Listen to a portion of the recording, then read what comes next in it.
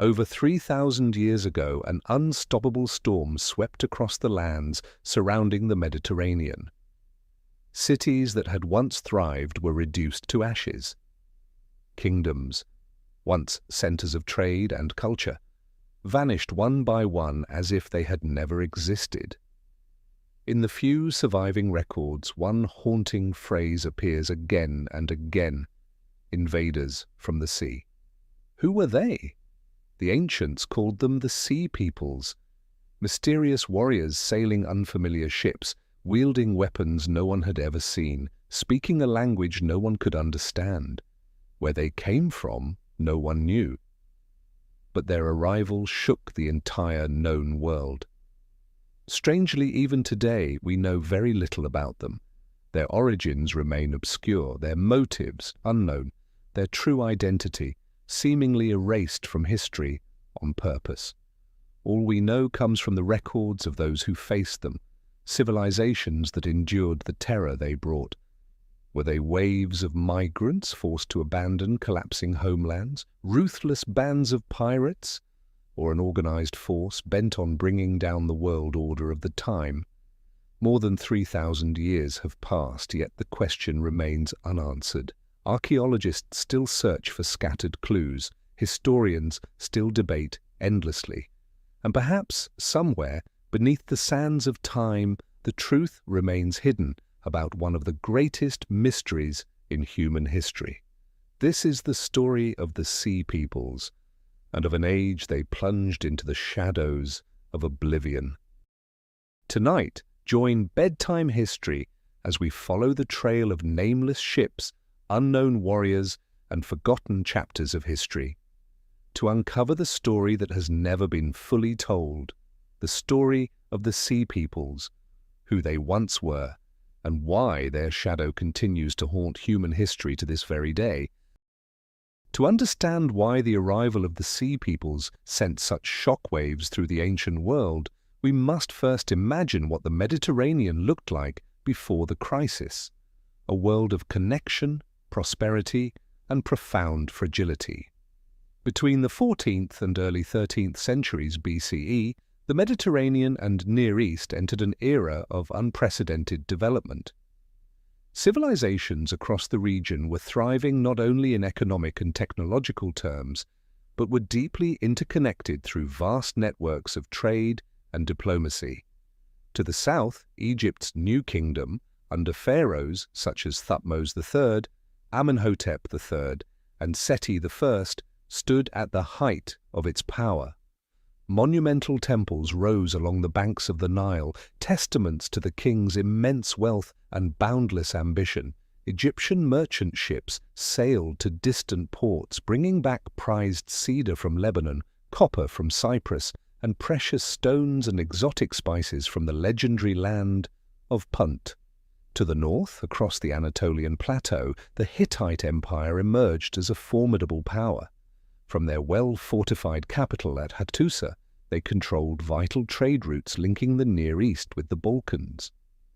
The Hittites were not only skilled warriors but also master diplomats, leaving behind extensive archives of diplomatic correspondence that reveal a sophisticated world of commerce and negotiation.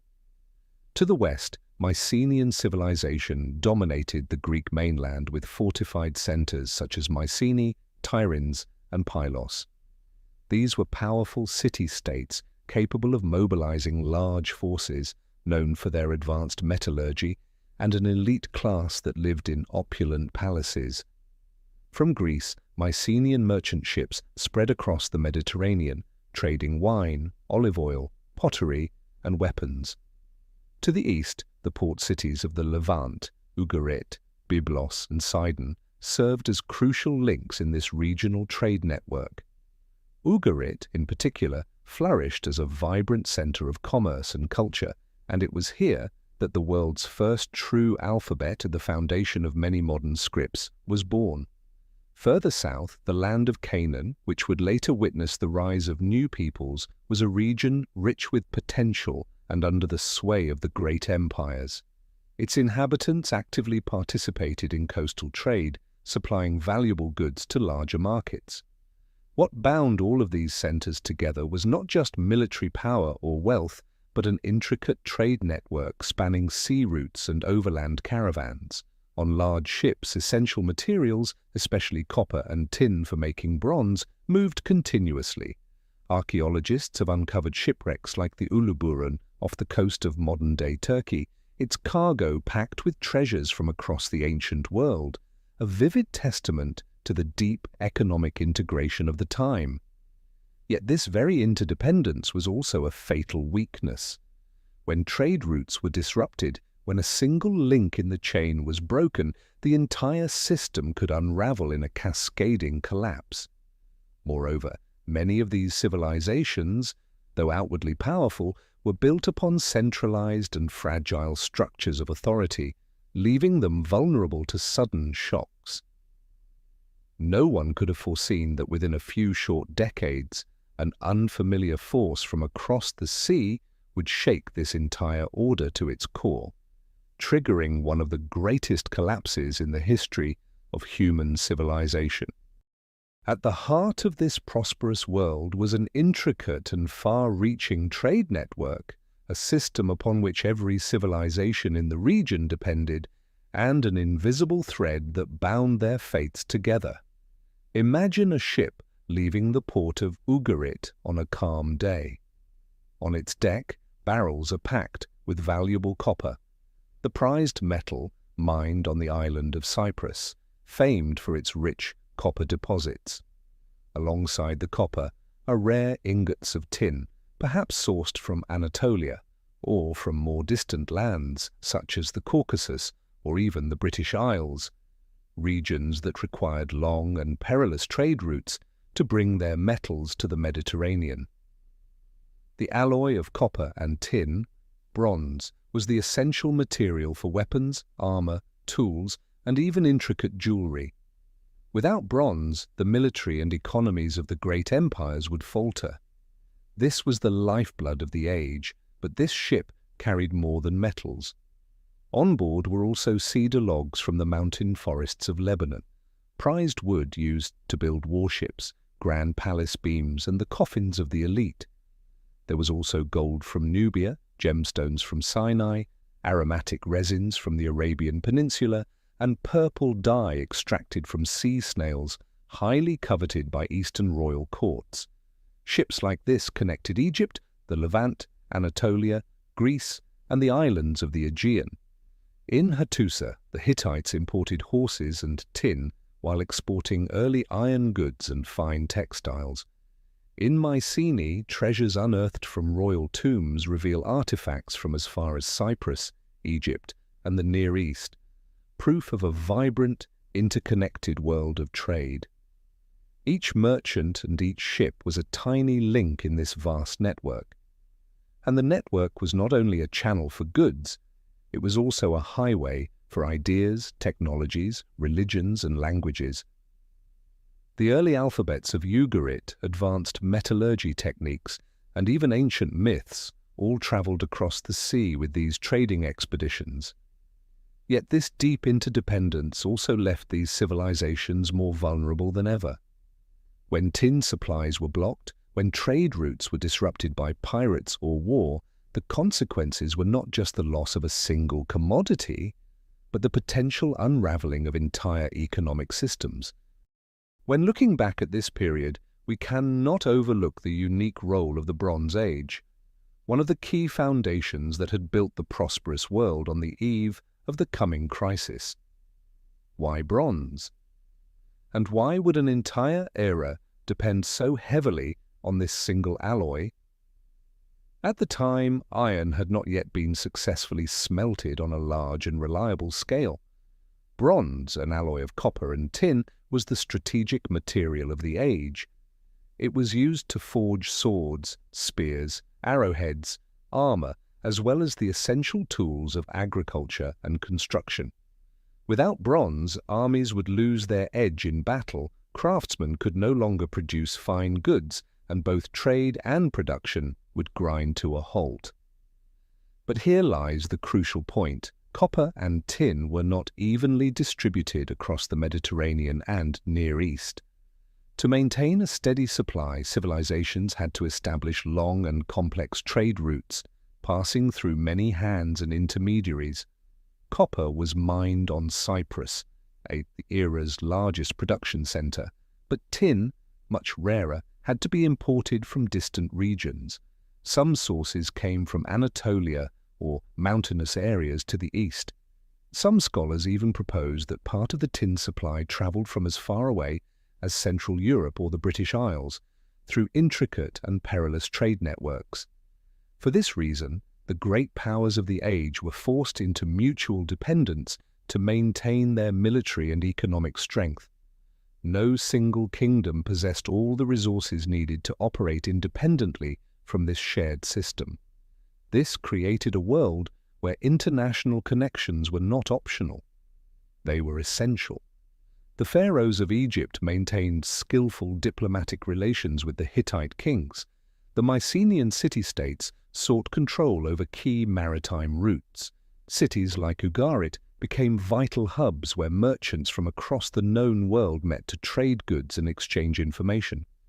We know this not only through archaeology but also thanks to surviving diplomatic correspondence, such as the clay tablets from Elamana and Ugarit, which show kings sending each other gold, copper, horses, artisans, and even royal family members to strengthen alliances. But such deep dependence came with a double edge.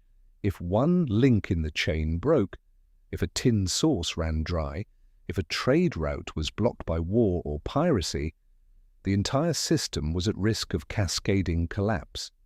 Modern scholars often compare the Bronze Age world to an early form of global economy, and like any global economy, it functioned smoothly when all parts worked in harmony, but was frighteningly fragile in the face of sudden shocks. At the time, few could have imagined that such shocks were already silently building. And when they finally struck, the entire world order of the Bronze Age would collapse faster than anyone had ever thought possible. But no matter how skillful the ancient kings were, and no matter how vast their trade networks, there were forces beyond human control. And the first signs of a deepening crisis began to appear, quietly, from nature itself. Modern climate research, combining data from ancient ice cores, tree ring analysis, and lakebed sediments, reveals that in the late 13th and early 12th centuries, BCE, the Mediterranean, and Near East experienced a period of severe climate instability. Prolonged droughts devastated crops, especially in regions heavily dependent on agriculture, such as Canaan, the Levant, and even parts of Upper Egypt. Tree ring studies from Anatolia show years of stunted growth, clear evidence of extended water shortages.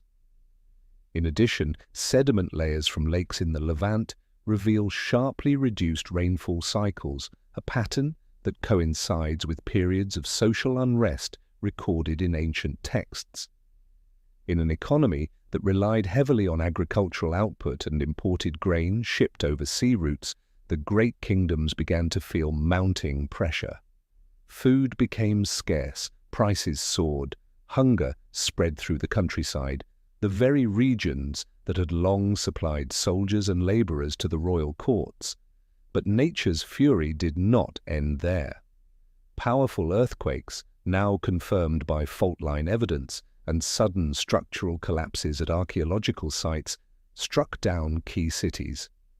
Ugarit, Hattusa, Mycenae, and many other centers show signs of earthquake destruction, either just before or during waves of violent attacks. Walls crumbled not from battle, but from the force of the earth itself. Storehouses were buried, once majestic temples reduced to ruins. In a world where the king's authority was tied to his ability to protect his people from the forces of nature, such disasters dealt a profound psychological blow. Beyond the physical evidence, surviving diplomatic letters also offer a vivid glimpse into the mood of the time. From clay tablets excavated at Ugarit, we read desperate pleas for help, reports of food shortages, civil unrest, and streams of migrants fleeing drought-stricken lands. These messages reveal a world cracking from within, an interdependent system that once nature was thrown into chaos, struggled to maintain any semblance of stability. It was in this context, the food supplies dwindled, natural disasters struck, and social tensions simmered, that the sea peoples would emerge. But were they the cause of this collapse, or simply an inevitable result of a world already unraveling? That question, even today, remains unanswered. But perhaps the clearest picture of a world coming undone is not found in the cracks in the earth, but in the trembling words etched into small clay tablets, letters of desperation exchanged between kings, now unearthed from the ruins of the city of Ugarit.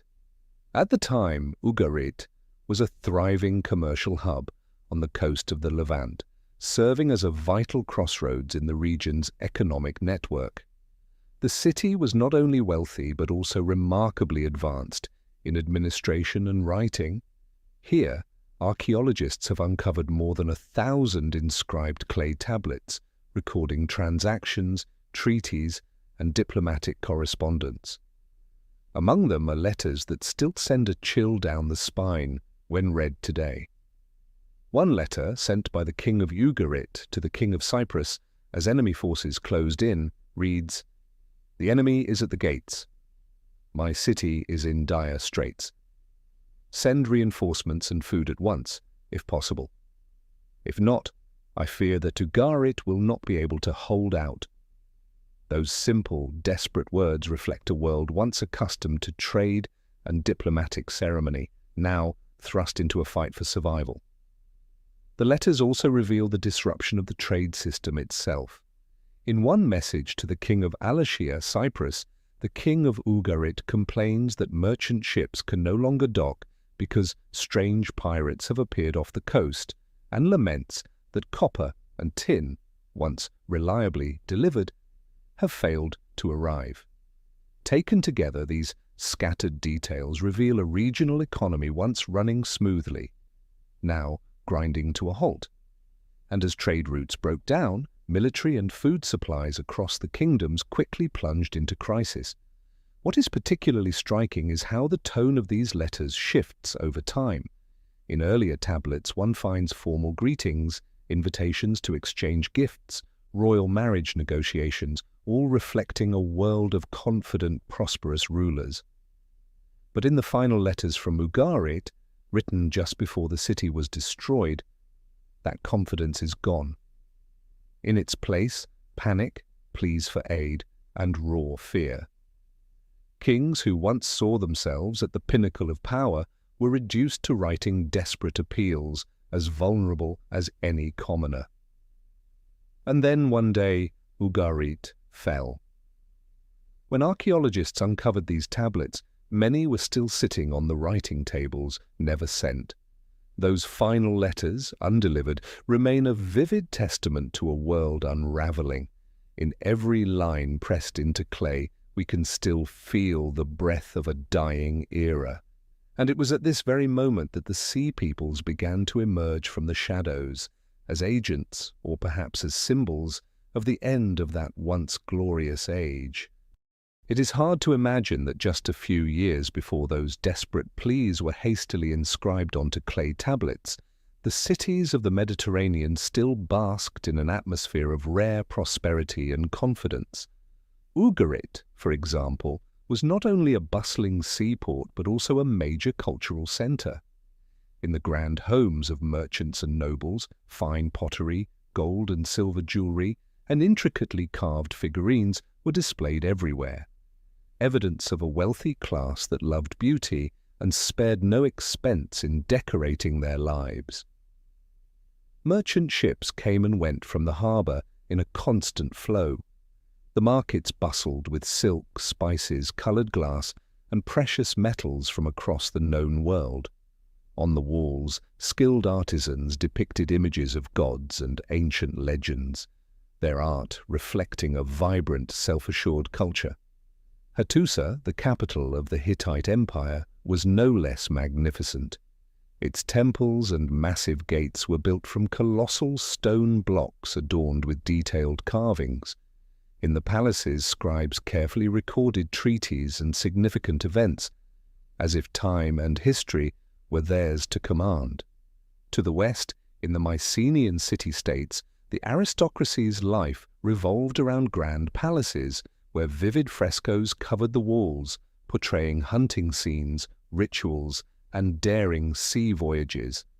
Mycenaean warriors, clad in gleaming bronze armor, paraded in festivals, proudly honoring the strength and traditions of their people. Even ordinary citizens, though not wealthy, benefited from this prosperous, globally connected economy. They wore finer fabrics, used better household goods, and had access to luxury items once reserved for the elite. In religious ceremonies, solemn processions continued as usual.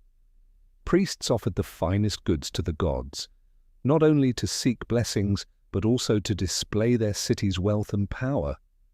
And above all, what people likely felt most deeply was a profound faith in the stability of their world order. Kings proudly carved their victories and distant treaties into stone. Merchants eagerly invested in long sea voyages. People lived with the belief that their world, and with all its complexity and brilliance, would endure for generations to come. No one imagined that in just a few short years it would all be reduced to ash. Mighty fortresses would burn. Trade routes would be severed. The joyful sounds of festivals would be replaced by desperate cries echoing across the land. And so, when we read those final letters from Ugarit, or when we stand among the ruins of Mycenae or Hattusa today, we see more than broken stone and shattered walls. We feel a deep and lingering sorrow for a world that once gleamed with confidence and life, now reduced to little more than faint echoes of a bygone age. Amid the dazzling scene we've just painted, the first deep undercurrents began to stir, not through a grand war, but through words etched in stone like a faint warning from the past.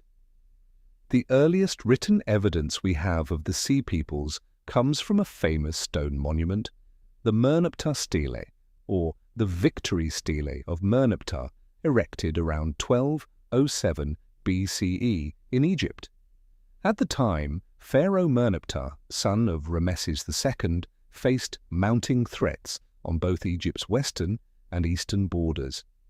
In the inscriptions praising his victories, alongside accounts of triumphs over the Libu and Meshwesh tribes in the west, there appears a seemingly small detail, one that would open the door to one of the greatest mysteries of ancient history. The inscription reads, "Canaan has been plundered, Ashkelon has been captured, Giza has been seized, Yanoam has ceased to exist, and Israel is laid waste, its seed is no more. And the Shurdan, Shekelesh, Ekwesh, Luka, and Teresh, those who came from the distant sea, have been defeated, no longer a threat to the land of Egypt." These names, Shurdan, Shekelesh, Ekwesh, Luka, and Teresh, would later become key clues as we trace the path of the Sea Peoples. What stands out is how these groups are described. Came from the distant sea, a phrase that is both specific and shrouded in mystery. No earlier Egyptian records had ever mentioned these peoples. They did not belong to the traditional powers Egypt was accustomed to confronting. Modern scholars believe these may have been migrating groups or warrior alliances, appearing for the first time on the historical stage just as climate and social upheavals were intensifying. It's also worth noting that Egyptian kings were highly deliberate in how they recorded their victories. The fact that these unknown groups from the sea were mentioned in an official inscription such as the Merneptah Stele suggests that the conflicts with them were significant enough to warrant inclusion in the annals of history, a sign that the Sea People's presence was no longer a minor occurrence. Moreover, the simultaneous mention of Canaanite cities being destroyed in the same passage indicates that these seaborne groups were not only clashing with Egypt, but were also impacting the wider Mediterranean region, where fragile trade systems and political alliances were already under strain. From these few lines alone, we can already sense a new wave of instability rising, one that even the mighty pharaohs could not ignore. And as we shall see, this was only the beginning. In the years to come, these groups would not limit themselves to coastal raids. They would organize into large migratory forces, bringing with them families, women, children, and their wealth pushing deep into fertile lands, and reshaping the entire political and economic landscape of the region for the century that followed. What was carved into the Merneptah stele still echoes to us across time. A world that once seemed unshakable was on the brink of its greatest upheaval. If the inscriptions on the Merneptah stele were the first warning of the Sea People's presence, then less than 3 decades later, the entire Egyptian world would face the full force of the storm they unleashed. Around 1175 BCE, during the reign of Pharaoh Ramesses III, Egypt entered one of the most decisive battles in its history. A battle we can vividly picture today thanks to the detailed reliefs carved on the walls of the Medinet Habu temple in Thebes. Those images, more than 3,000 years old, still remain, sharp and striking, as if etched only yesterday. And within them, we see clearly, an enormous force from across the sea had arrived, bringing not only warriors, but entire migrating communities, women, children, wagons loaded with possessions, as if they sought not simply to plunder, but to claim new lands for themselves. According to Ramesses III's inscriptions, this coalition of sea peoples included several groups: the Peleset, Cheka, Shekelesh, Denaen, and Weshesh, names that remain the subject of much scholarly debate today as researchers continue to search for their true origins. The reliefs show well-equipped sea peoples' fleets with large oared ships and broad sails.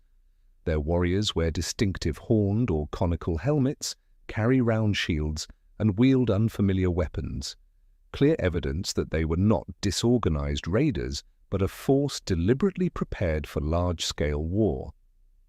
Ramesses III had anticipated this confrontation. He stationed ambush forces along the shores and deployed Egyptian warships across the Nile branches and river mouths, strategic choke points the sea peoples would have to cross to advance inland. When the battle commenced, the sea peoples' ships became trapped in shallow waters, where they were easy targets for Egyptian archers and infantry positioned on both banks. The carved scenes show the sea peoples fighting fiercely, but also depict bodies floating in the river, destroyed ships, and migrants captured or killed. In the inscriptions, Ramesses III boasts of a resounding victory. "Those who came from the sea, I have hurled them back into the sea. They lie scattered upon the sands. None remain to carry word home." Yet behind these triumphant words lies an undeniable truth. This was not a minor raid. It was a desperate, large-scale migration, a clash between Egypt and a massive wave of displaced peoples seeking resettlement rather than mere plunder. Moreover, despite Ramesses III's claim of victory, Egypt was not left unscathed. Egyptian territories in the Levant, long under Egyptian influence, were permanently lost after this crisis. Egypt's international power was significantly diminished, and the domestic economy suffered greatly in the war's aftermath. And this was only one piece of a much larger picture. While Egypt managed to retain some measure of stability, many other kingdoms were not so fortunate. The sea peoples' tide continued to sweep across the Mediterranean, leaving behind charred cities and shattered civilizations. As we look upon the reliefs at Medinet Habu today, we see more than just scenes of battle. We witness a pivotal turning point in history, where an old world was beginning to fade and a new, unstable and chaotic order was rising from the ashes. As historians study the surviving records, from the Merneptah stele, from the reliefs at Medinet Habu, and from various scattered textual sources, they have identified a list of names closely associated with the Sea peoples. These include the Sherden, Shekelesh, Peliset, Cheka, Denyen, and Luka, names that are both strange and haunting, each raising questions that remain unanswered.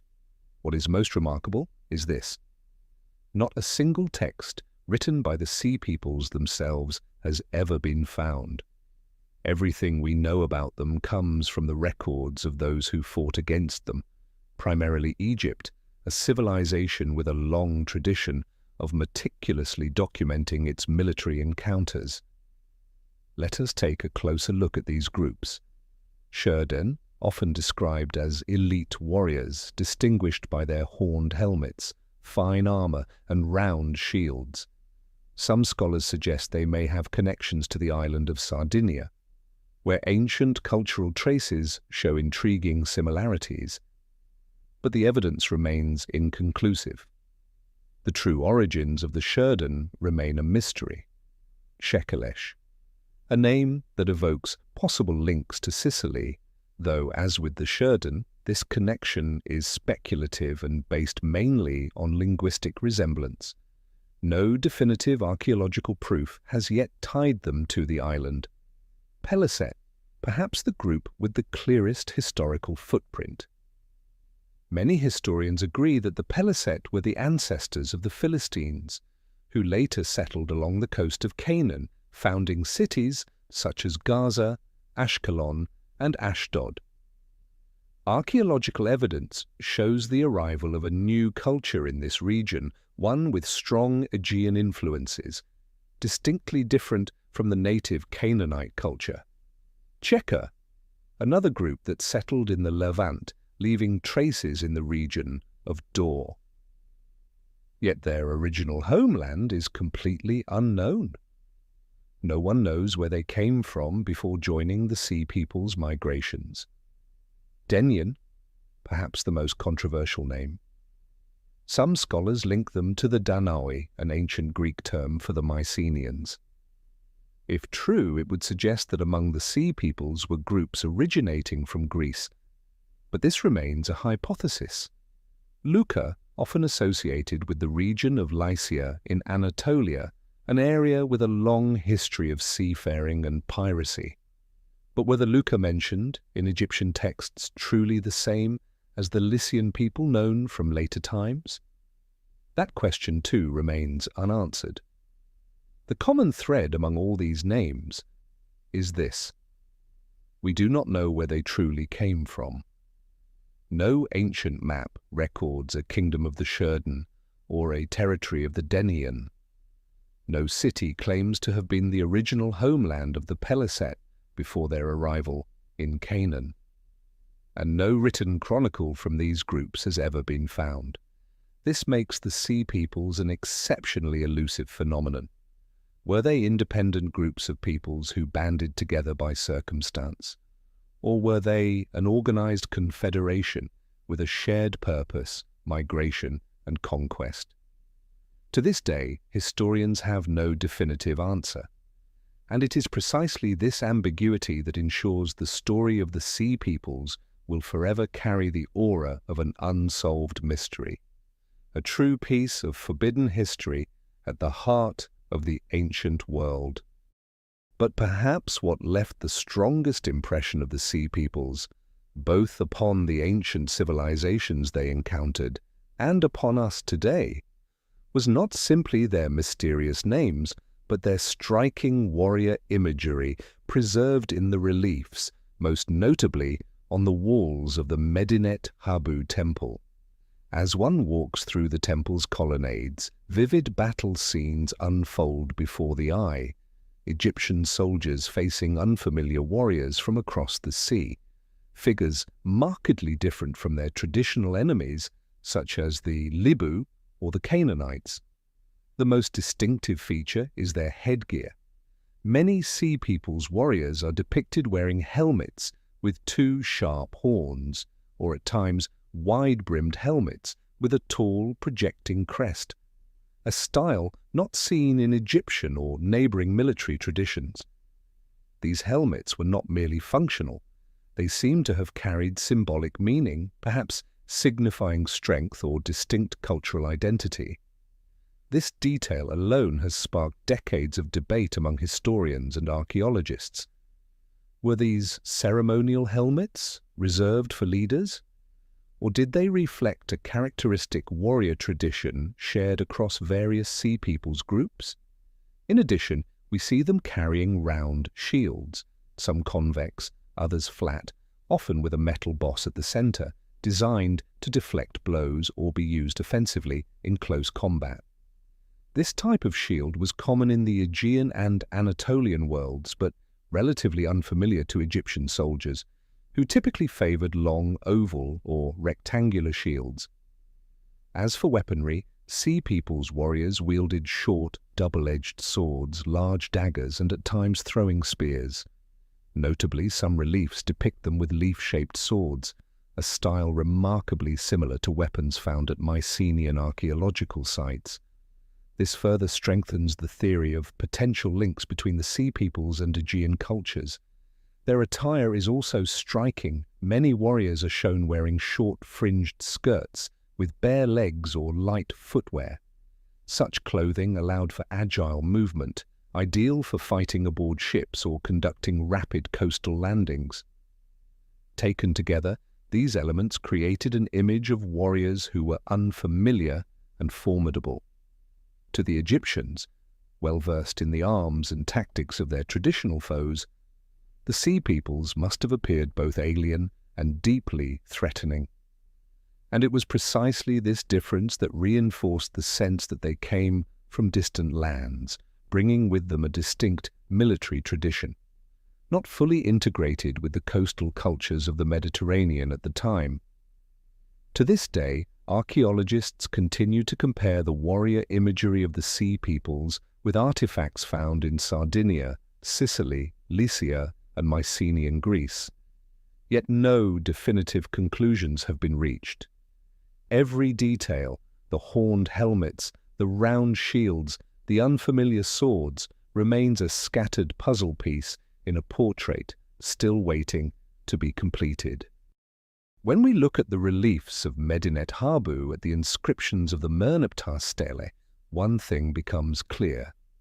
The Sea Peoples were not merely shadows passing through history. They were a force powerful enough to be immortalized on Egyptian stone, and numerous enough to trigger one of the greatest crises of the late Bronze Age. But who were they, really? This is one of the questions that has kept historians debating for over a century. Two main theories have emerged. Were they simply daring bands of pirates, or were they part of a larger organized wave of migration that helped plunge the entire Mediterranean into chaos? The first theory, piracy, is rooted in how Egyptian texts describe their earliest encounters with the Sea Peoples: swift attacks from fast-moving ships, sudden raids along the coast, plundering and withdrawing quickly. These tactics fit well with the style of organized piracy, which was already common in the Mediterranean during antiquity. Furthermore, groups such as the Lucca, connected to Lycia, a region long associated with seafaring warriors and piracy, seem to support this interpretation. But if they were only pirates, why do the reliefs depict women, children, and entire migrating groups, and why, during the major assault under Ramesses III, did the Sea Peoples bring wagons loaded with possessions, livestock, and tents? Clear signs of migration, not mere raiding expeditions. This detail opens the door to the second theory, one now supported by many modern scholars, that the Sea Peoples represented an organized wave of migration born out of profound upheaval across the ancient world. Climate crises, prolonged droughts, devastating earthquakes, and the collapse of trade networks, all of these factors turned once thriving lands into harsh, unsustainable environments. In this context, groups from heavily affected regions, perhaps from Anatolia, the Aegean, or even farther west, were forced to abandon their homelands, carrying their entire communities in search of new places to settle. Such migrations, when met with resistance from established civilizations, could easily turn violent, transforming into wars and raids. And this may be how the Sea Peoples carved their place in history, not simply as pirates, but as desperate, determined communities willing to fight for their future. Even so, the question remains open. The Sea Peoples may not fit neatly into any single category. They may have been a combination of many different groups, some pirates, some migrants, some professional warriors, some refugees. It is this diversity and complexity that makes the Sea Peoples so elusive and so captivating for anyone drawn to the deeper mysteries of ancient history. To truly understand their nature, we must explore every theory, sift through every archaeological clue, and study every surviving text, a journey that, the deeper we go, reveals that some parts of history are still not ready to give up their secrets. Debates over the true nature of the Sea Peoples may continue, but the consequences they left behind are undeniable. And the city of Ugarit stands as perhaps the most vivid testament to their impact. Situated on the northern coast of the Levant, in what is now modern-day Syria, Ugarit was once one of the greatest commercial centers of the Bronze Age. From here, Ugarit's merchant ships sailed across the Mediterranean, trading copper, tin, cedarwood, colored glass, fine textiles, and countless other luxury goods. The city was not only wealthy, was remarkably advanced. The Ugaritic alphabet, one of humanity's earliest writing systems, was invented here, laying the foundation for the Phoenician script and, ultimately, for many of the world's alphabets. The royal palace of Ugarit was vast, housing hundreds of clay tablets recording commercial transactions, diplomatic treaties, and royal correspondence, documents that have greatly enriched modern historians' understanding of the region's political and economic landscape on the eve of the Sea Peoples' onslaught. But all of that changed in a matter of moments. The final letters of the King of Ugarit, as we saw earlier, clearly reflect the city's growing panic as enemy forces, believed to be the Sea Peoples, closed in. And then Ugarit vanished from history. Modern excavations at the site of Ras Shamra, where Ugarit once stood, reveal a layer of ash and destruction blanketing the entire city. Walls collapsed, brickwork blackened with fire, clay tablets shattered or fused by extreme heat.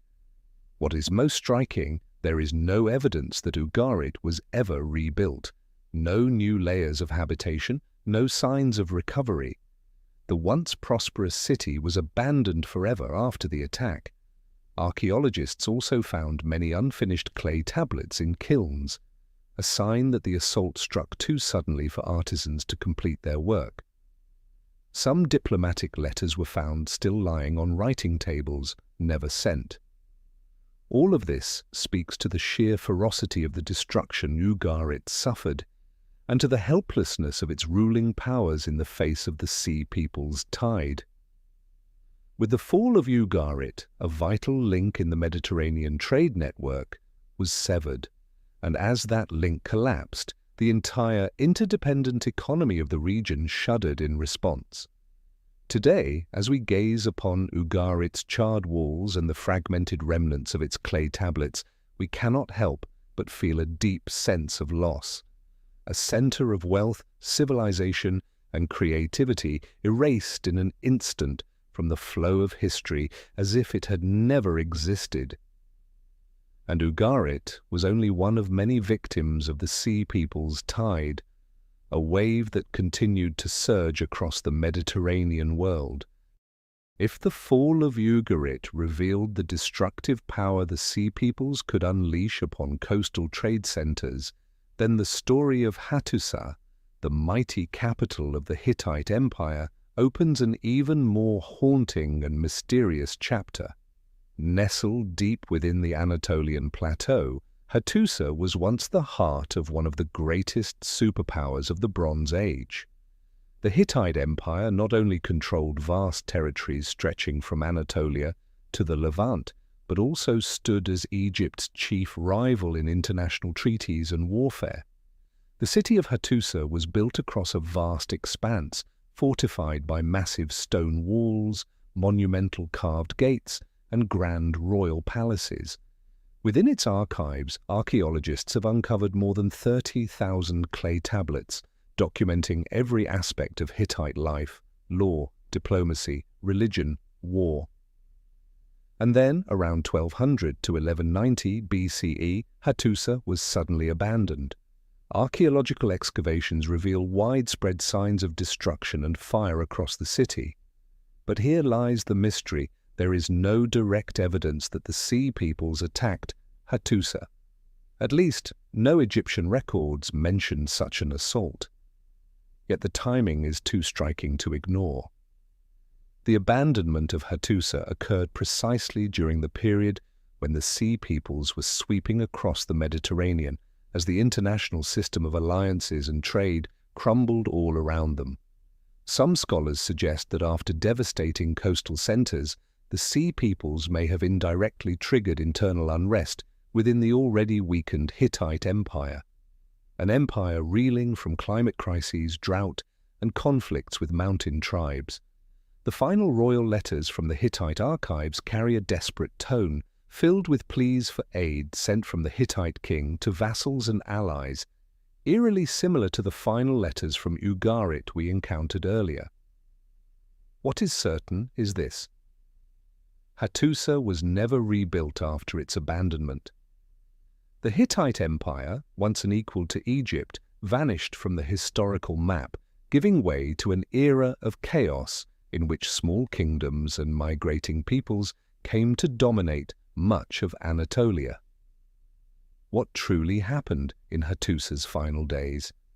Did the Sea Peoples directly assault the city, or did their broader impact, through the collapse of trade networks and the spread of instability, push the empire into an irreversible crisis?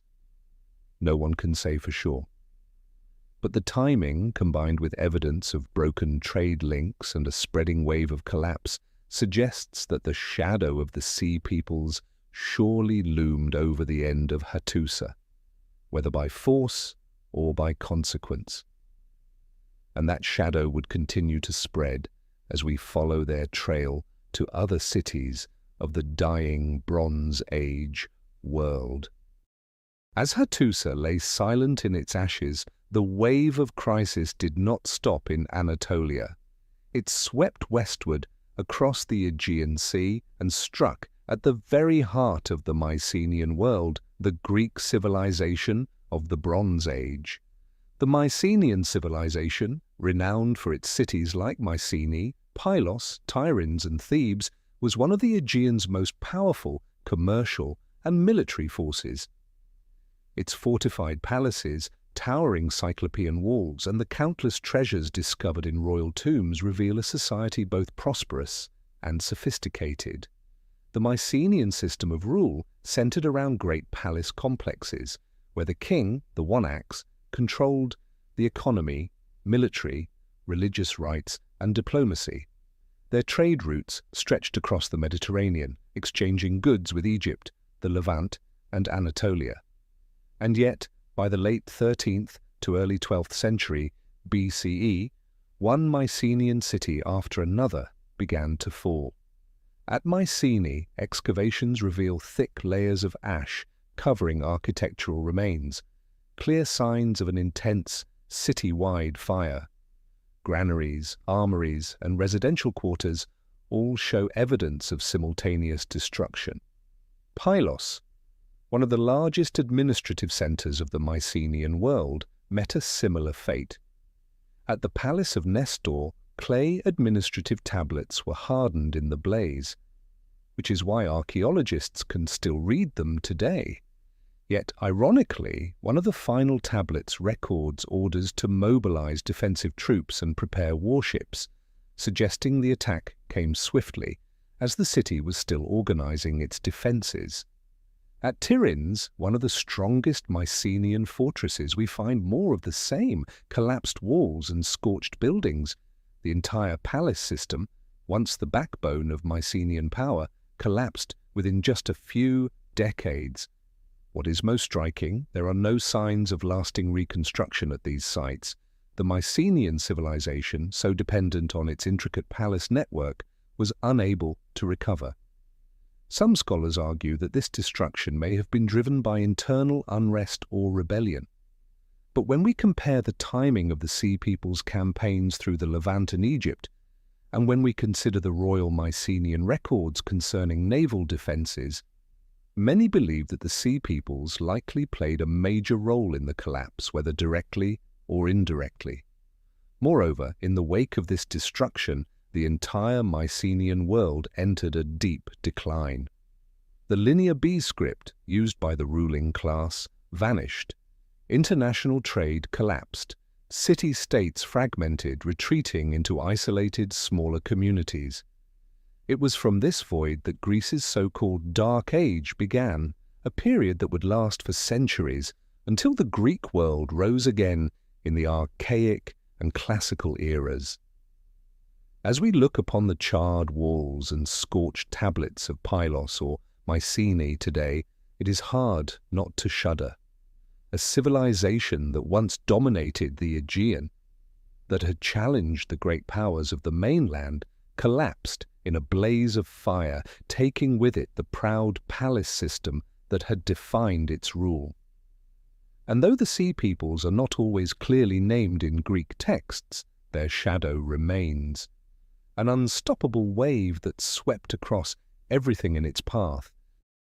While the Mycenaean civilization faded across the Aegean to the east in the land of Canaan, the Sea Peoples left marks that would prove even more lasting than material destruction, deep demographic and cultural changes whose traces can still be seen to this day.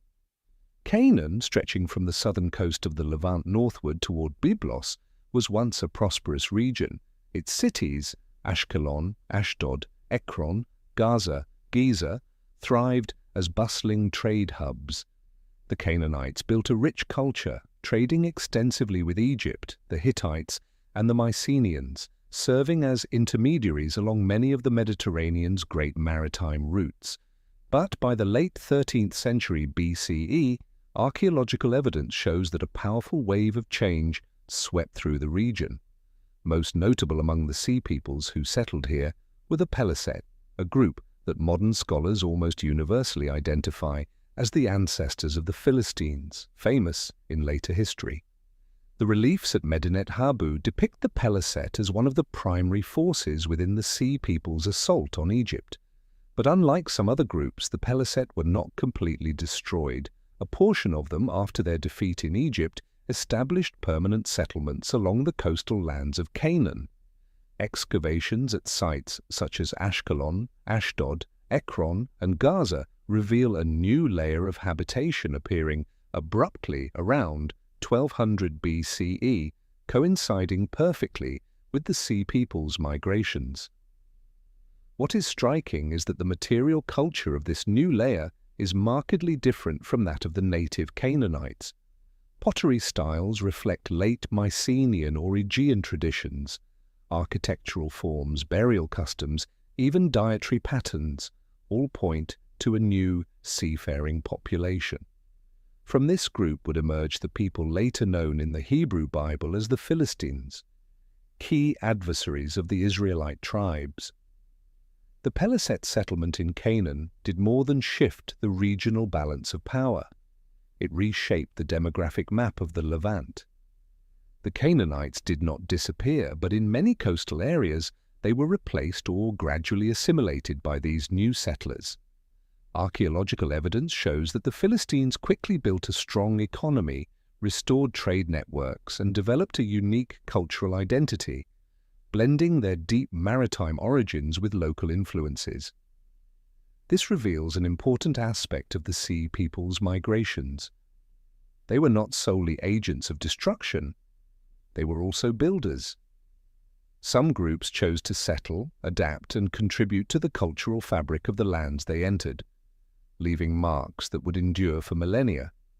And so, while the cities of the Mycenaeans crumbled, while Hattusa and Ugarit became ruins, a new chapter was unfolding in Canaan, a chapter the Sea Peoples through the Peliset wrote with their very presence upon the land.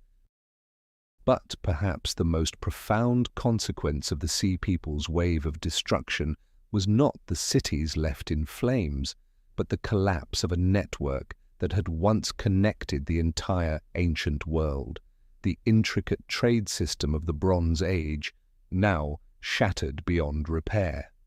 For nearly 2 centuries prior, civilizations across the Mediterranean had built a fledgling global economy, one in which vast maritime and overland trade routes linked Egypt, the Hittites, the Mycenaeans, Ugarit, Canaan, Cyprus, Anatolia, and even regions beyond.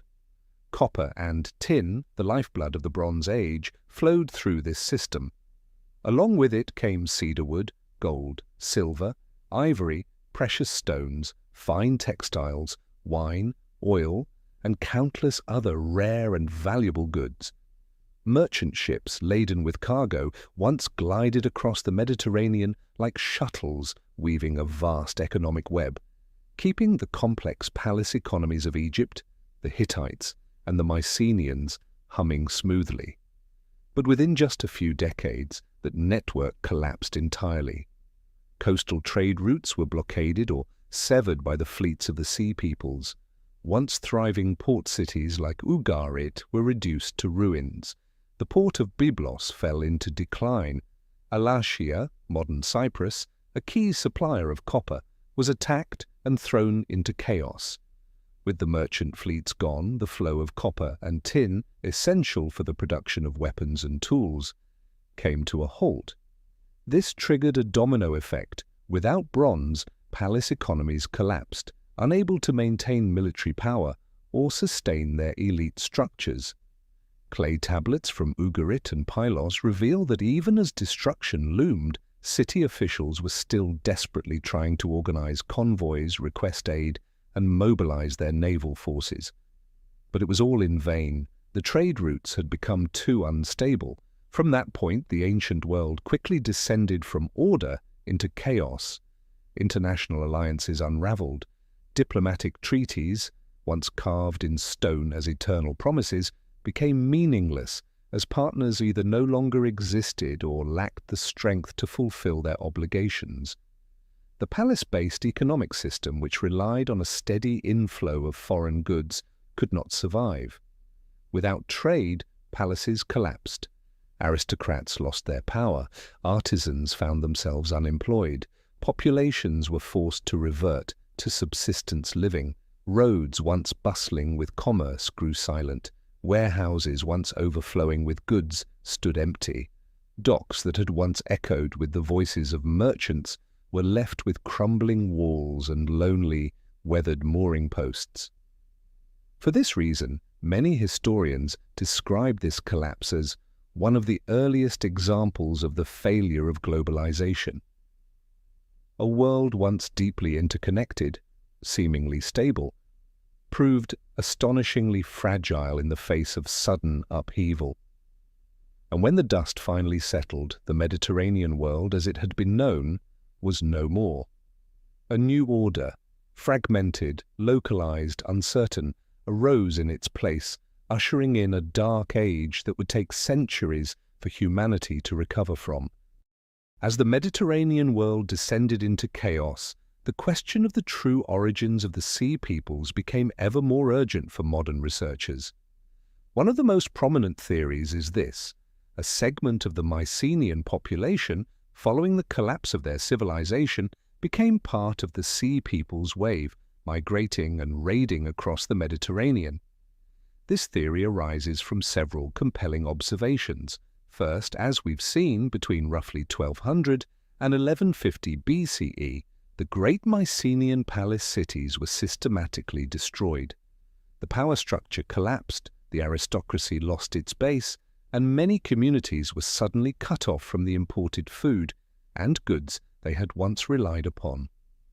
In this environment, many Mycenaean groups were forced to leave their former centers in search of survival.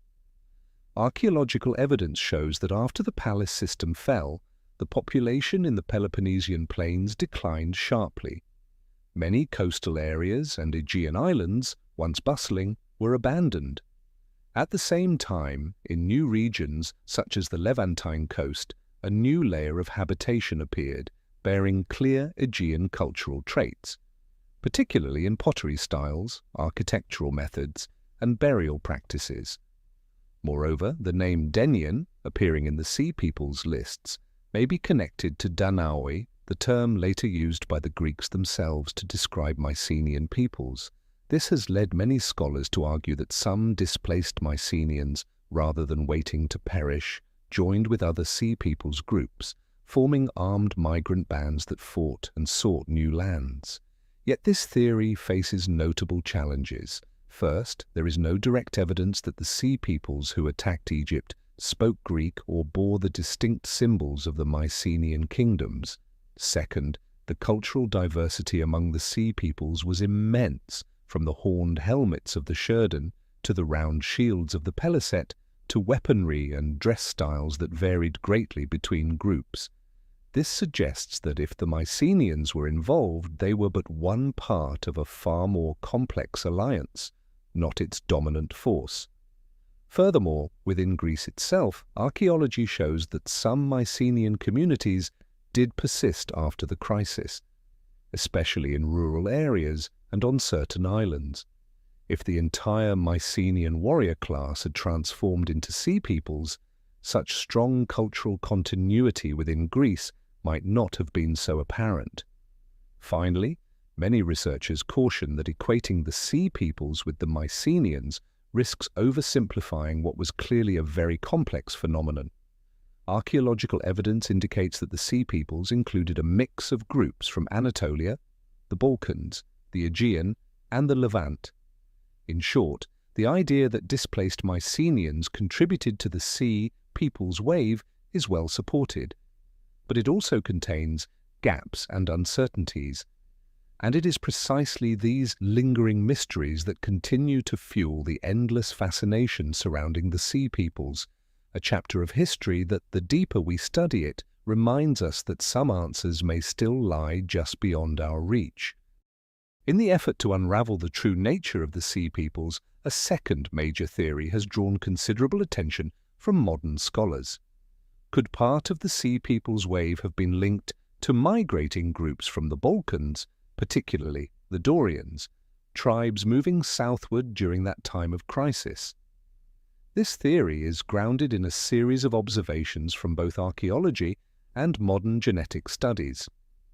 According to researchers, in the late 13th and early 12th centuries BCE, waves of migration from the northern Balkans began moving south in earnest. Archaeological evidence shows that many settlements in the Danube Valley and across the Balkans experienced major upheavals, likely driven by harsh climate shifts, population pressures, or internal conflicts. Amid this turmoil, various tribal groups began moving through Macedonia, Thessaly, and into southern Greece, among them the group later known as the Dorians. The arrival of the Dorians in southern Greece coincides closely with the collapse of Mycenaean cities. This has led some scholars to ask, could a portion of the Dorians, or other Balkan groups, have joined forces with the Sea Peoples, helping to drive a powerful armed migration across the Mediterranean? Archaeological clues offer intriguing hints. New layers of post-collapse settlement in the Peloponnese reveal sudden changes in architecture, burial practices, and pottery styles, reflecting a culture distinct from earlier Mycenaean traditions.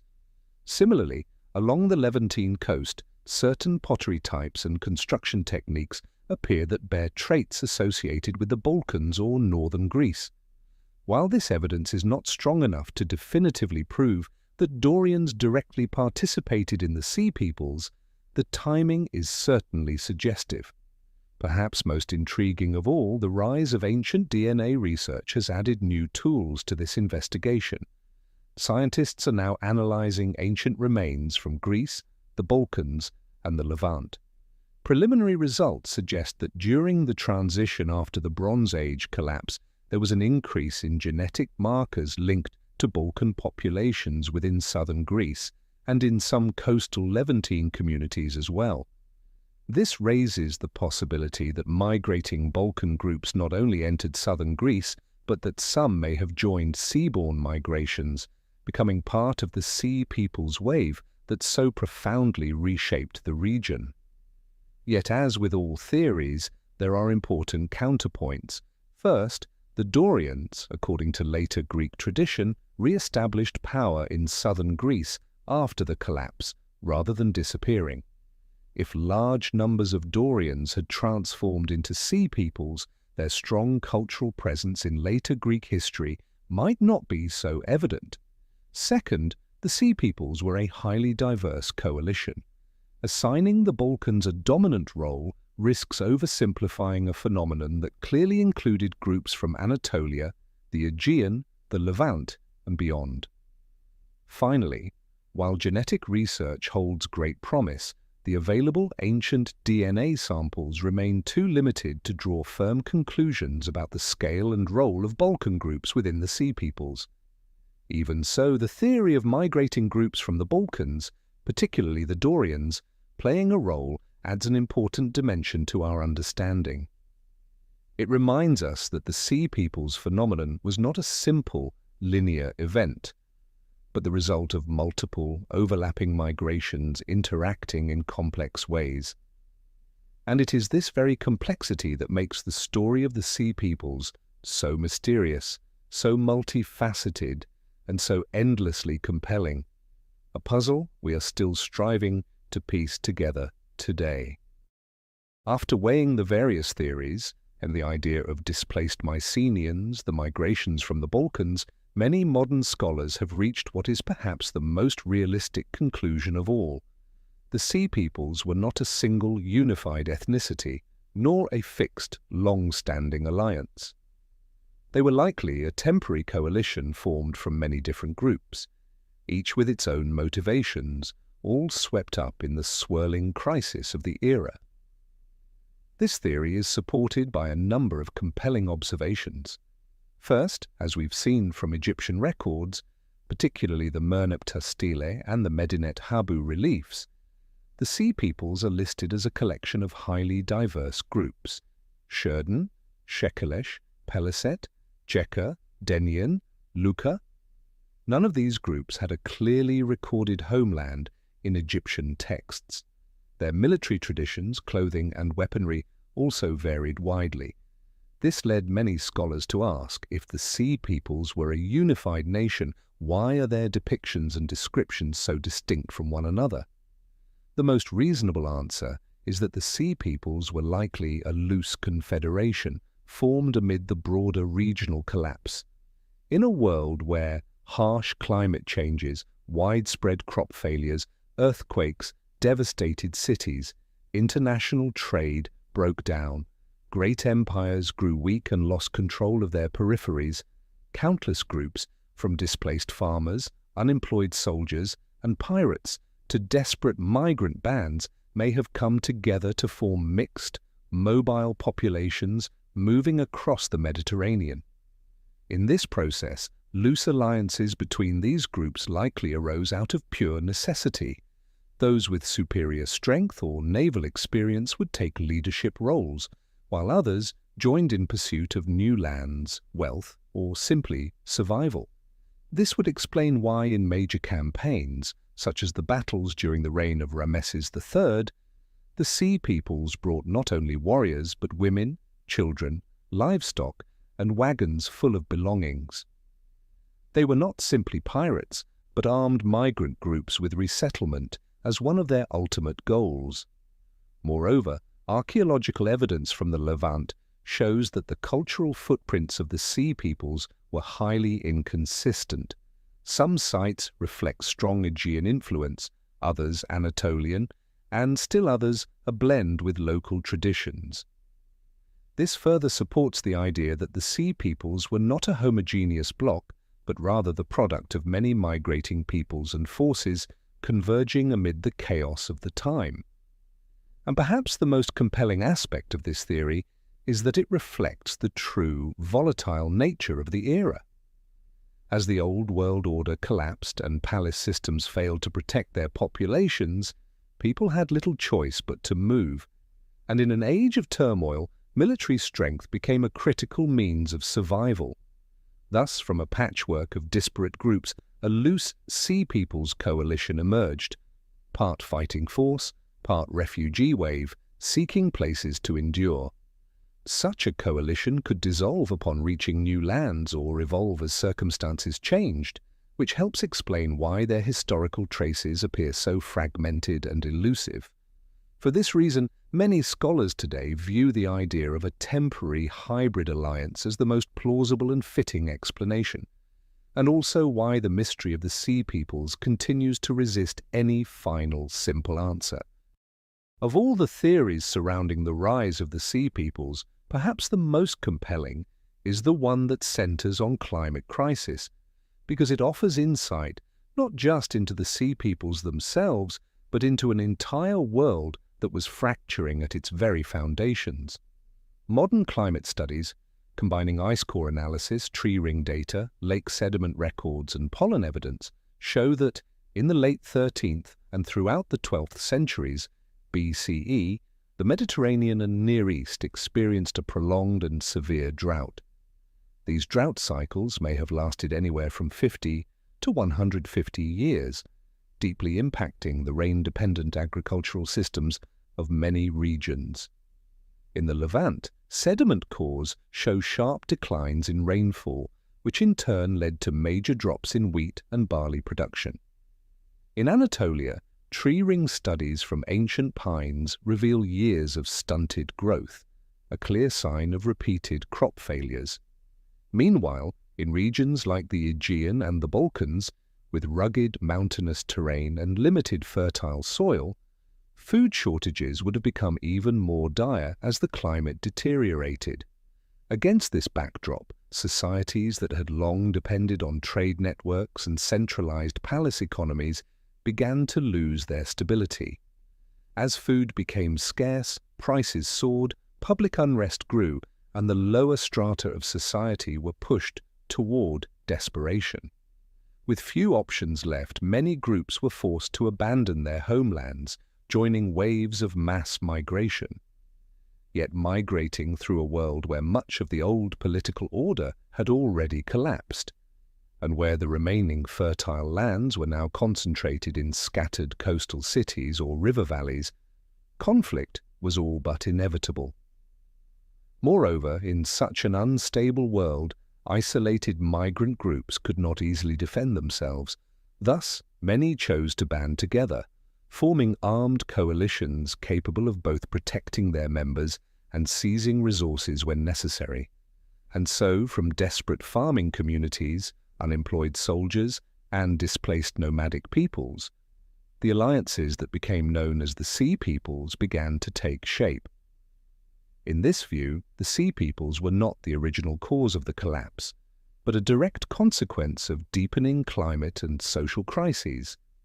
Yet, as these migrating groups moved across the region, their very presence accelerated the collapse already underway. Cities were destroyed, trade routes severed, farmers driven from their fields, creating a spiraling cycle of violence and displacement. Archaeological evidence strongly supports this interpretation. Destruction layers in cities such as Ugarit, Mycenae, and Pylos align closely with the known period of extended drought. And in the Levant, new populations appear in the archaeological record at precisely the moment when palace networks and trade systems were breaking down. Many scholars today believe that this combination of climate crisis and violent migration was likely the single most powerful driver behind the Sea Peoples phenomenon. A world that had relied on climate stability and the prosperity of trade, once stripped of those foundations, could not help but descend into waves of violence and migration. And in this spiral, the Sea Peoples were neither pure villains nor mere victims, but the most visible symbol of an era coming undone. But the deeper we dig into the story of the Sea Peoples, the more we run up against what may be the greatest wall of uncertainty in the entire mystery. We do not truly know where they came from. Across thousands of clay tablets, countless reliefs, and the written records of ancient civilizations, there is not a single line that clearly speaks of a homeland of the Sea Peoples. No nation is named, no king ever declares himself king of the Sherdan or king of the Peliset. No map from the era marks the territories of these groups. Why is that? Part of the reason lies in the very nature of the surviving historical sources, which come largely from the Egyptians, the ones who fought against the Sea Peoples. Remember, Egypt was one of the few great civilizations to survive the Sea Peoples storm intact. And the Egyptians had a very particular way of recording history. Every inscription, every stela, every relief was meant to glorify the pharaoh's victories, to reinforce the eternal image of royal power. In that style of recording, enemies were always portrayed as barbaric, stateless, illegitimate, like waves of chaos crashing against the order maintained by the pharaoh. Even the way the Sea Peoples are listed in Egyptian texts reflects this approach. Group names are provided with vague descriptors like "from the sea" or "from foreign lands," without clear geographical references or directional markers. This may well reflect the Egyptians' own lack of true knowledge about the origins of these groups. But it may also have been intentional propaganda, obscuring the identity of the enemy while magnifying the perceived power of the pharaoh. Moreover, the Sea Peoples themselves were not centralized empires with advanced administrative systems. They were loose coalitions of diverse groups, many of them migrants, climate refugees, or displaced communities. By their very nature, they left behind no writing systems, no temples recording their history, no royal chronicles. What survives of them comes only through the records of those who opposed them. And as every historian knows, history is written by the victors. Thus, virtually all that we know about the Sea Peoples today comes through the Egyptian lens, a biased lens, crafted for political purposes and sometimes prone to exaggerate the pharaoh's achievements. Adding to this, many of the regions from which the Sea Peoples may have originated, the Anatolian coasts, the Aegean, various western islands, were themselves devastated during the Bronze Age collapse. Many cities were burned and never rebuilt. Older writing traditions vanished. The potential sources of first-hand history from the homelands of the Sea Peoples simply did not survive. It is this combination of the Egyptian bias in historical recording and the absence of records from the Sea Peoples themselves that has left us with a near impenetrable gap in our understanding. And so, even though the Sea Peoples truly shook the entire Mediterranean world of their time, they remain, and may always remain, shadows in the memory of humanity. A strange wave from the past whose echo we can still hear, but whose true shape we may never fully see. While the original homeland of the Sea Peoples remains an unsolved mystery, their post-collapse journey has left much clearer traces on the historical map. One of the most striking examples is the rise of the Philistines, a group that archaeological evidence shows was directly linked to the Peliset, one of the key contingents of the Sea Peoples. As we saw in the reliefs at Medinet Habu, the Peliset played a major role in the Sea Peoples' assault on Egypt. After their defeat at the hands of Ramesses III, part of the Peliset force did not return to the sea. Instead, they settled along the coastal regions of Canaan. It was here, through a gradual process of adaptation and integration, that the distinct Philistine culture emerged, a culture that would shape the political and cultural landscape of the Levant for centuries to come. Archaeological excavations in cities such as Gaza, Ashkelon, Ashdod, Ekron, and Gath have provided clear evidence of this transformation.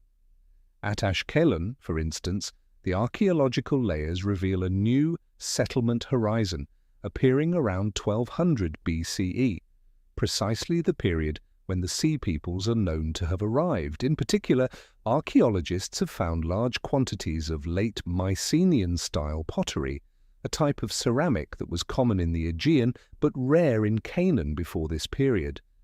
This suggests that new arrivals brought their cultural traditions from across the sea. At Gaza, architecture and burial customs also point to the presence of a community whose practices differed markedly from those of the native Canaanites. What is especially fascinating is how the early Philistines initially retained many elements of Aegean culture in their everyday objects, architecture, and rituals. Yet, over time, they blended into their new environment, creating a unique hybrid culture that combined seafaring influences with strong local traditions. This evolution is particularly evident at sites like Ashkelon and Ekron, where later Philistine pottery developed its own distinctive style, no longer a mere imitation of Mycenaean forms. From a genetic standpoint, modern DNA analysis has further revealed that early Philistine populations carried genetic markers consistent with Western Mediterranean origins, reinforcing the theory that a segment of the Sea Peoples, specifically the Peliset, played a foundational role in this community. Thus, from what began as a wave of violent migration, the Sea Peoples, or at least some of their groups, transitioned into stable communities that left lasting marks on the historical record. The Philistines would go on to become a significant force in the Levant, frequently clashing with the Israelite tribes, as recorded extensively in the Hebrew Bible, and contributing to the complex political and cultural tapestry of the region.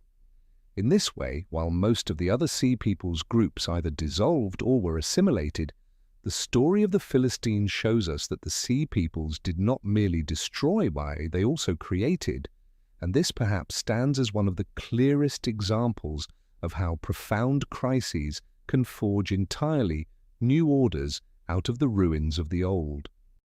After a portion of the Peliset, part of the Sea Peoples wave, settled along the coastal regions of Canaan and formed what would become the Philistine community, one key question has intrigued scholars. Did Philistine material culture truly carry the imprint of Mycenaean civilization? Modern archaeological excavations have provided a very compelling answer. Yes, and in ways both striking and subtle. The most prominent, and most thoroughly studied, evidence comes from pottery. In the earliest Philistine occupation layers at sites like Ashkelon, Ashdod, Ekron, and Gaza, archaeologists have uncovered a large volume of pottery in the style of late Mycenaean, particularly Mycenaean IIc. This type of pottery is distinguished by its intricate geometric patterns, spirals, wavy lines, and designs painted in red or black on a light background, a hallmark of Mycenaean artistry at the twilight of the Bronze Age. Crucially, these pottery pieces in Canaan were not imported from Greece. They were made locally, indicating that the artisans who carried this ceramic tradition had physically migrated and were producing their wares in this new land. This points to a genuine movement of people, not merely the spread of trade goods or artistic influence. Architecture also offers intriguing clues. At Ekron, archaeologists have discovered buildings featuring open porch designs, an architectural element with clear parallels in late Mycenaean domestic structures. The kilns and craft workshops unearthed there employed techniques closely resembling those used in Aegean craft centers. Funerary practices provide further evidence. In early Philistine cemeteries, archaeologists found simple pit burials, sometimes accompanied by grave goods that reflected Aegean traditions, in stark contrast to the typical Canaanite practices of collective tombs or rock-cut chambers. Altogether, this evidence paints a vivid picture. In their earliest phase, Philistine culture bore a strong Mycenaean imprint, visible in their pottery, architecture, and ritual life. But here is where the story becomes even more fascinating. Within 2 or 3 generations, Philistine material culture began to evolve significantly. Mycenaean 2C pottery gradually gave way to uniquely Philistine styles, with new shapes and decorative motifs that reflected a blending of influences and local innovation. Architectural forms also began incorporating more Levantine features, and burial practices shifted further toward regional norms. This evolution suggests that the Philistines were not passive bearers of Mycenaean culture.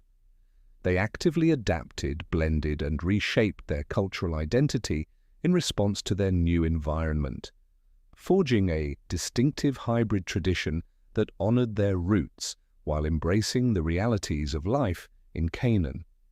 Today, archaeologists often classify early Philistine culture, circa 1200 to 1150 BCE, as Philistine Empire, the phase where the Mycenaean imprint is most visible. Later phases, Philistine II and Philistine III, mark the emergence of a distinctly Philistine identity, more localized and richly adapted to their Levantine setting. In this way, the legacy of the Sea Peoples was not limited to layers of ash and ruins. It also flowed into new cultural currents, leaving lasting imprints that enriched the complex historical tapestry of the Mediterranean. And the Mycenaean legacy within Philistine culture stands as one of the clearest and most fascinating testaments to that complex journey. While the traces of the Peliset, the Sea Peoples group who would become the Philistines, have been brought to light through careful archaeological study, the fate of the other Sea Peoples remains far more obscure. And this is not surprising. As we have seen, the Sea Peoples were not a single, unified ethnic group. They were a loose alliance of disparate tribes and peoples, each with its own origins, its own identity, and its own motivations. And as the Great Bronze Age crisis came to an end, many of these groups, if they were not destroyed in battle, gradually blended into the Mediterranean societies where they settled. Within just a few generations, their distinct identities would have largely dissolved. Names that once rang out from Egyptian inscriptions, Shurdan, Shekelesh, Cheka, Denian, Luka, vanish from the historical record. But this does not mean these peoples vanished entirely. It is far more likely that survivors of these groups were absorbed into local cultures, whether in the lands they had attacked or in the regions where they ultimately settled. Consider a few examples. The Shurdan may have established themselves in the Western Mediterranean. Some scholars suggest they contributed to the warrior culture of Sardinia, where the great stone towers known as nurag still stand today, silent witnesses to an ancient era of upheaval. The Shekelesh, whose name evokes Sicily, may have similarly merged into the island's native communities, their distinct identity gradually fading into the evolving Sicilian culture. The Cheka left perhaps the faintest trace. At the site of Dor and on the modern coast of Israel, archaeologists have uncovered a layer of occupation featuring cultural elements not entirely Canaanite. This may reflect the presence of Cheka settlers, though in time, the local culture once again dominated. The Denian, possibly linked to the Danaoi, a term for Mycenaean Greeks, likely reintegrated into the broader Greek world during its post-collapse migrations and the complex resettlements of Greece's so-called Dark Age. The Luka, associated with the Lycian region of Anatolia, may have blended back into the Anatolian highland communities, persisting under new names and social structures no longer connected to the Sea People's identity recorded by the Egyptians. Across all these cases, the pattern is the same. Once the storm of history had passed and Mediterranean civilizations began to stabilize, the scattered Sea Peoples groups could not maintain distinct identities for long. Without formal administration, without written traditions of their own, and without strong cultural institutions to preserve their identity across generations, assimilation was inevitable. And when that happened, names like Sherden, Shekelesh, and Cheka faded, leaving only faint echoes on Egyptian stelae and lingering as tantalizing puzzles for future historians. Today, when we trace the legacy of the Sea Peoples, we are not just reading layers of ash and ruins. We are also deciphering blended bloodlines and cultural identities that quietly transformed Mediterranean civilizations from within. And perhaps this is why, even after more than 3,000 years, the mystery of the Sea Peoples continues to captivate historians and archaeologists alike. For they represent a wave of history that cannot be easily pinned down, a force of human movement and transformation whose consequences and legacies remain subtly woven into the very fabric of Mediterranean history. And so after tracing every footprint, every layer of ash and every surviving fragment, we can begin to understand why the Sea Peoples have become one of the greatest mysteries of the ancient world. Not because they never existed, on the contrary, their impact is clearly visible in the archaeological layers, in the ruins of fallen cities, in vanished civilizations. Not because there are no records. For Egyptian inscriptions, layers of material in Canaan, the Levant, and the Aegean all tell pieces of their story. But perhaps this is what makes the mystery so compelling. The more evidence we uncover, the more we realize that what we know is only the visible tip of a vast, submerged iceberg. First and foremost, the origins of the Sea Peoples remain elusive. For more than a century, scholars have tried to trace the roots of each group: Peliset, Philistines Sherden, Sardinia, Shekelesh, Sicily, Denian, Mycenaean, Danaoi, Cheka, Lucca, parts of Anatolia. And yet no single theory has proven strong enough to achieve universal consensus. Even in Egyptian records, the Sea Peoples are always described as waves of invaders from the sea, from foreign lands. With no nation, no known kings, no recorded capital cities. This made them one of the most shadowy, ungraspable foes that ancient civilizations ever faced. Second, the Sea Peoples left behind no written history of their own. There is no Sea Peoples chronicle, no stela proudly recounting their victories from their perspective, no surviving texts telling their story in their own voice. Everything we know comes from the other side, from Egyptian records, from scattered archaeological traces, from the ruins of civilizations they struck and then vanished from. This ensures that their image remains forever half seen, half unknown. We cannot say with certainty how strong they were, how numerous, how organized, or even whether they were a single, coordinated force or multiple waves of migration layered upon each other. Third, while the Sea Peoples' impact is undeniable, their material legacy is difficult to trace. They helped bring about or accelerate the collapse of many Bronze Age civilizations. The Hittites, fallen; the Mycenaeans, devastated Ugarit, burned many Canaanite cities, conquered or transformed. Yet after the wave had passed, most Sea Peoples groups either merged into local societies or faded from memory.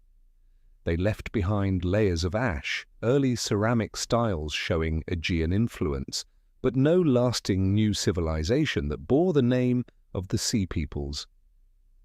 Their story is like that of a great wave crashing across history, leaving deep scars in its wake, but the wave itself dissolving before anyone could fully record it. And perhaps it is this very elusiveness that makes the Sea Peoples so endlessly fascinating.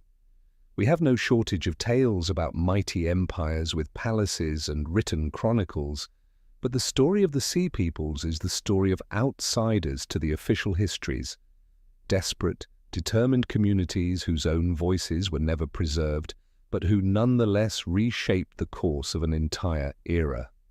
And in that very shadowy nature, the Sea Peoples will likely continue to challenge the imagination and patience of scholars and of all of us for many centuries to come. But perhaps in this entire journey to understand the Sea Peoples, the most profound question is not who they were, but how history has or has not remembered them. For without the inscriptions of Egypt, we might never have known that a wave of Sea Peoples once shook the ancient world. Nearly everything we know about them comes from Egyptian records, from the Merneptah stele, from the carvings in the temple of Medinet Habu under Ramesses III. It is from these inscriptions that the names Peliset, Shurdan, Shekelesh, Cheker, Denien, Luka were preserved. It is from these reliefs that we see the images of warriors with horned helmets and round shields, and of migrating families, women, children, livestock in tow, moving as part of this great upheaval. Without these records, all the archaeological evidence, the layers of ash at Ugarit, Mycenae, Pylos, the new settlement layers in Canaan, would have remained isolated clues, difficult to connect into a coherent picture of such a vast wave of armed migration. And yet this also reminds us of an essential truth. History is written by the victors. It was Egypt, one of the few great civilizations to survive the storm of the Sea Peoples, that recorded this story through its own lens. In the inscriptions, Pharaoh is always the triumphant hero. The Sea Peoples, the barbaric invaders who are defeated. There is no voice from the Sea Peoples themselves, no record of their story as seen through the eyes of those who were forced to abandon their homelands, cross the sea in desperation, and fight to survive. This is what makes the story of the Sea Peoples both fascinating and sobering, for what remains in the historical record is always but one side of a much larger tale. If, one day, a chronicle of the Sea Peoples were to be discovered, assuming one was ever written, the story we know today might look very different.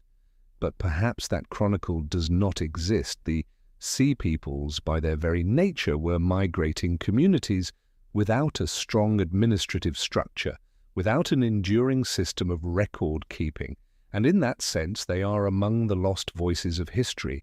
This too is a larger lesson. How many events, how many peoples, how many stories once shook the ancient world, but because no one recorded them from their side, we will never know they existed.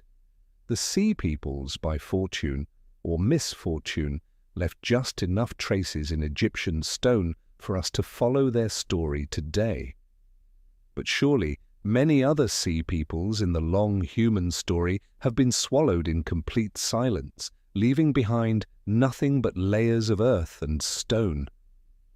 And perhaps this is what makes the mystery of the Sea Peoples endlessly compelling, for it is not just their story, but a story about how history is recorded, how human memory is preserved, and how many voices have been forgotten along the way. And as our journey reaches the final lines of the story of the Sea Peoples, perhaps an even larger question lingers in the mind. If not for the inscriptions of Egypt, we might never have known that the Sea Peoples had existed. So how many other chapters of human history, how many communities, how many civilizations, how many stories have been completely erased from humanity's memory? The layers of earth we uncover today reveal only the smallest fragments of the past. The written records that remain are the voices of the few civilizations that managed to preserve their history. Behind every carved stone, every broken shard of pottery, every line etched into temple walls, lies a vast ocean of things unknown and perhaps unknowable, and this is why the journey of exploring history never truly ends. For history is not only what we know, it is also what has been forgotten, buried, or never recorded at all. The Sea Peoples offer one of the most vivid examples of this, an anonymous wave that reshaped the political, economic, and cultural map of the entire Mediterranean. And yet, whose identity has all but faded into the sands of time. But they are not the only ones. If the Sea Peoples could shake an entire age, and yet today we still do not know who they truly were, how many other stories have been completely lost, leaving no trace in the written records we now possess? Perhaps somewhere in a distant land, beneath layers of earth yet to be unearthed, clues still lie hidden, fragments that could forever change the way we understand the past. And perhaps, through conversations like this, through every video and every story we tell, we can help keep these questions alive so that history remains not a closed book, but an ever-open door to new discoveries.